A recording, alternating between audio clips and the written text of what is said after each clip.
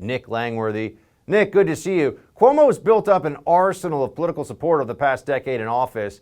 Do you think these two scandals can actually take him down?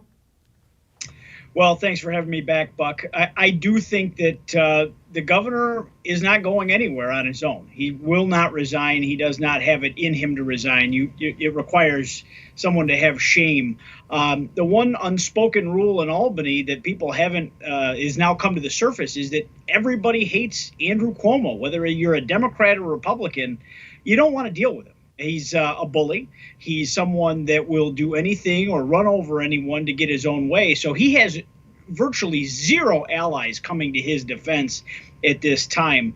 You have a very serious scandal here that's emerged in the last week with the sexual harassment allegations, but we can't lose sight of how serious I believe obstruction of justice crimes are. They're even worse than we thought before, now that the Wall Street Journal and the New York Times have uncovered that his senior staff stripped out data of the nursing home deaths from the official reports from the health department. Yeah, I want to get into the latest revelations in that with you in just a second.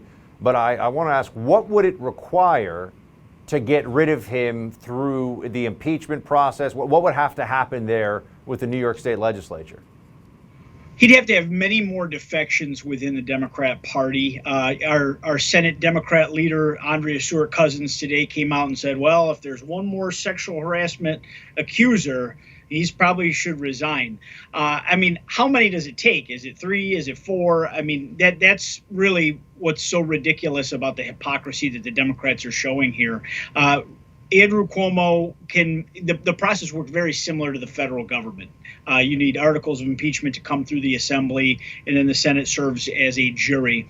I think it's still an unlikely scenario because the Democrats simply lack the political courage. Now, today, they took to the floor of the state legislature and they said they were going to strip him of his emergency powers. And those emergency powers have just crippled businesses because he's had executive order after executive order that's put very arbitrary and capricious policies in place that have crippled, especially the restaurant industry. But their legislation actually extends his power over the existing executive orders. It's like we live in the twilight zone here in New York. But they've actually given orders for long. I want to ask back to getting him out of office. Just to be clear, it has really only been raised by members of his own party at this point. Is it fair to say that he should leave office for the sexual harassment and we're about to dive into the latest on the nursing home scandal, but not the nursing home scandal?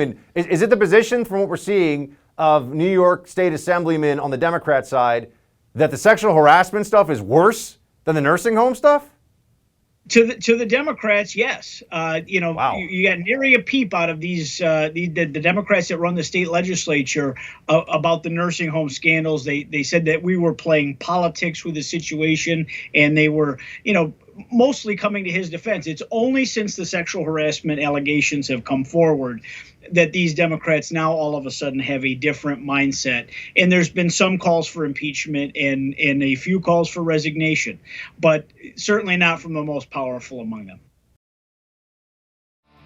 Hey, Team Buck, thanks so much for watching The First on YouTube. If you liked the video, click that little thumbs up button. And if you want to see more great content from The First, please click subscribe.